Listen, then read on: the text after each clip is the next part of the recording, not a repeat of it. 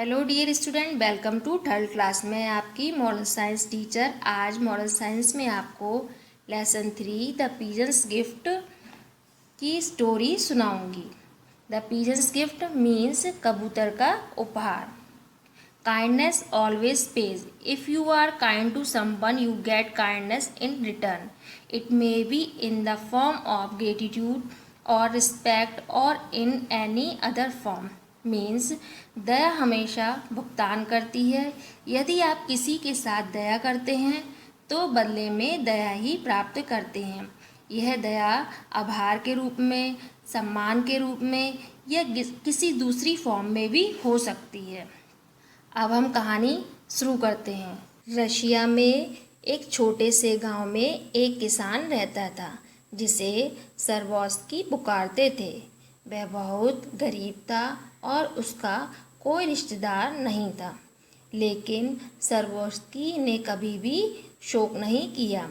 जानवरों और पक्षियों के बीच जंगल में उसके बहुत सारे मित्र थे। एक व्यक्ति जिसके बहुत सारे मित्र हों वह कभी अकेला नहीं हो सकता। सर्वोस्की जानवरों और पक्षियों की भाषा को अच्छे से जानता था। प्रत्येक दिन वह उनसे बात करता था, फिर उसका दिल खुश हो जाता था। पक्षी सर्वोस्की की एक झलक देखते ही अपनी जॉयफुल सिंगिंग से हमेशा उसका स्वागत करते थे। एक दिन सर्वोस्की बहुत भूखा था। घर में खाने के लिए कुछ भी नहीं था, लेकिन इसीलिए खाने की खोज में सर्वोस्की जंगल गया।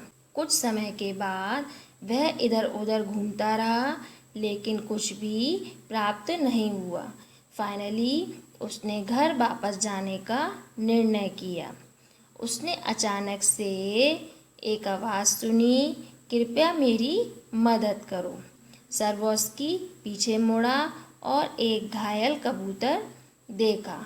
कबूतर चिल्ला रहा था। कबूतर चिल्लाया, मैं उड़ नहीं सकता, हेल्प मी, सहायता करो मेरी। सर्वोस्की को उस रक्षाहीन कबूतर के लिए दया आ गई। उसने कोमलता से उसे ज़मीन से उठाया और अपने रास्ते चलने लगा। घर पर सर्वोस्की ने सावधानीपूर्वक कबूतर को अपने बिस्तर पर रखा और उससे कहा, तुम मेरे साथ ही रहोगे जब तक तुम ठीक नहीं हो जाते। उससे कहा, डरो मत, मैं किसी को तुम्हें नुकसान पहुंचाने की अनुमति नहीं दूंगा। मैं तुम्हारी रक्षा करूंगा और तुम्हारी सहायता करूंगा। समस्या केवल यह है, इस समय मेरे पास कोई भोजन या कुछ भी खाने के लिए नहीं है, इसीलिए मैं तुम्हें भोजन नहीं करा सकता। सर्वोस्की ने दुखी आवाज़ में कहा, मेरे घर अब बिल्कुल भी कुछ नहीं है। कबूतर ने उसे सांत्वना दी और कहा, शोक मत करो, जंगल में एक बड़ा आम का पेड़ है, इसके खोखले में कुछ चावल हैं, वहाँ जाओ और वहाँ से चावल प्राप्त करो। सर्वोस्की आम के पेड़ की खोज में जंगल गया और वह चलता गया, लेकिन वह आम के पेड़ को कहीं भी नहीं ढूंढ सका। अंत में सर्वोस्की बहुत थक गया और वह छोटी सी पहाड़ी पर आराम के लिए बैठ गया। जब उसने ऊपर देखा, आम का पेड़ बिल्कुल उसके सामने था। सर्वोस्की ने पेड़ के खोखले में देखा और देखने लगा कि चावल हैं या नहीं। सर्वोस्की ने पेड़ के खोखले में देखा और खोज की कि मुट्ठी भर चावल उसमें थे और चावलों के चारों ओर बहुत से स्पार्कलिंग एंड शाइनिंग डायमंड्स और दूसरे रत्न थे। सर्वोस्की ने बिना किसी इंटरेस्ट के इस खजाने को देखा। उसने बिल्कुल लालच नहीं किया और उसने स्वयं सोचा, ये स्टोन मेरे लिए बेकार है, मैं इनसे अपने आप को सजाने नहीं जा रहा हूँ। केवल मुट्ठी भर चावल लेने के बाद वह घर वापस लौट आया। दरवाजे पर उसने दूसरा कबूतर देखा। जैसे ही सर्वोस्की ने दरवाज़ा खोला, यह कबूतर अंदर उड़ा और अपने बीमार मित्र के पास आकर बैठ गया।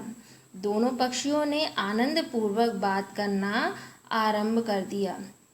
सर्वोस्की ने सारे चावल दोनों को दे दिए। जब वह इसे खा रहे थे तब उसने इन दोनों पक्षियों की प्रशंसा की। दूसरे कबूतर ने सर्वोस्की से पूछा, तुमने अपने लिए चावल क्यों नहीं रखे? सर्वोस्की ने उत्तर दिया, वास्तव में चावल ज़्यादा नहीं था, यह केवल तुम दोनों के लिए था। मैं किसी भी तरह जीवित रहूँगा, मैं आसानी से मरने वाला नहीं हूँ। दूसरा कबूतर घर के बाहर गया और अपनी चोंच में कुछ पकड़े हुए जल्दी ही वापस आया। यह सोने की अंगूठी की तरह दिखाई दे रही थी। कबूतर ने सर्वोस्की को कहा, इस अंगूठी को लो और अपनी उंगली में पहन लो। जब तक तुम इस अंगूठी को नहीं उतारोगे, तुम्हारी जो भी इच्छा होगी वह तुम प्राप्त करोगे, मतलब तुम्हारी जो भी विश होगी उस चीज़ को तुम प्राप्त कर लोगे। सर्वोस्की ने कहा, यदि यह सत्य है तो मुझे तुम्हारा धन्यवाद करना चाहिए। मैं केवल कुछ ब्रेड और मिल्क चाहता हूँ और कुछ भी नहीं। कुछ ही समय में एक बड़ी प्लेट में ताज़ा, अच्छी, खुशबूदार ब्रेड और मिल्क का जार उसकी टेबल पर दिखाई दिया। सर्वोस्की ने कुछ दूध पिया, ब्रेड की स्लाइस खाई और बची हुई कबूतरों को दे दी। तब से सर्वोस्की खुशी से रहता था। वह अंगूठी की सहायता से सब कुछ प्राप्त करता था जो लाइफ के लिए आवश्यक है। वह हमेशा अपनी उंगली में रिंग पहनता था। उसके मित्र का तोहफा क्या था? The golden ring. और मित्र कौन था? पीजन। सर्वोस्की का मित्र कौन था? पीजन। तो बच्चों, इस कहानी से हमें क्या मॉरल प्राप्त होता है? इस कहानी से हमें यह शिक्षा मिलती है कि हमें दूसरों के प्रति हमेशा दया का भाव रखना चाहिए। अगर सर्वोस्की उस कबूतर को अपने घर नहीं लेकर आता तो उसे गोल्डन रिंग नहीं प्राप्त होती और वो भूखा ही रहता। सर्वोस्की ने कबूतर के प्रति दया दिखाई और तभी बदले में उसे दया ही प्राप्त हुई। स्टूडेंट्स, अब आप कॉपी में इसकी एक्सरसाइज एंड क्वेश्चन आंसर करेंगे। सबसे पहले आप लेसन नंबर 3 डालेंगे। Question number A, right true और फॉल्स लिखेंगे। इसके 5 ट्रू फॉल्स हैं, आप लोग यह करेंगे। उसके बाद क्वेश्चन नंबर बी डालेंगे, फिल इन द ब्लैंक्स। इसकी 5 फिल इन द ब्लैंक्स हैं, आप neat and clean fill in the blanks करेंगे। उसके बाद क्वेश्चन नंबर सी डालेंगे, मैच द फॉलोइंग। आप 4 मैच द फॉलोइंग करेंगे। उसके बाद क्वेश्चन नंबर डी डालेंगे, आंसर द फॉलोइंग क्वेश्चन।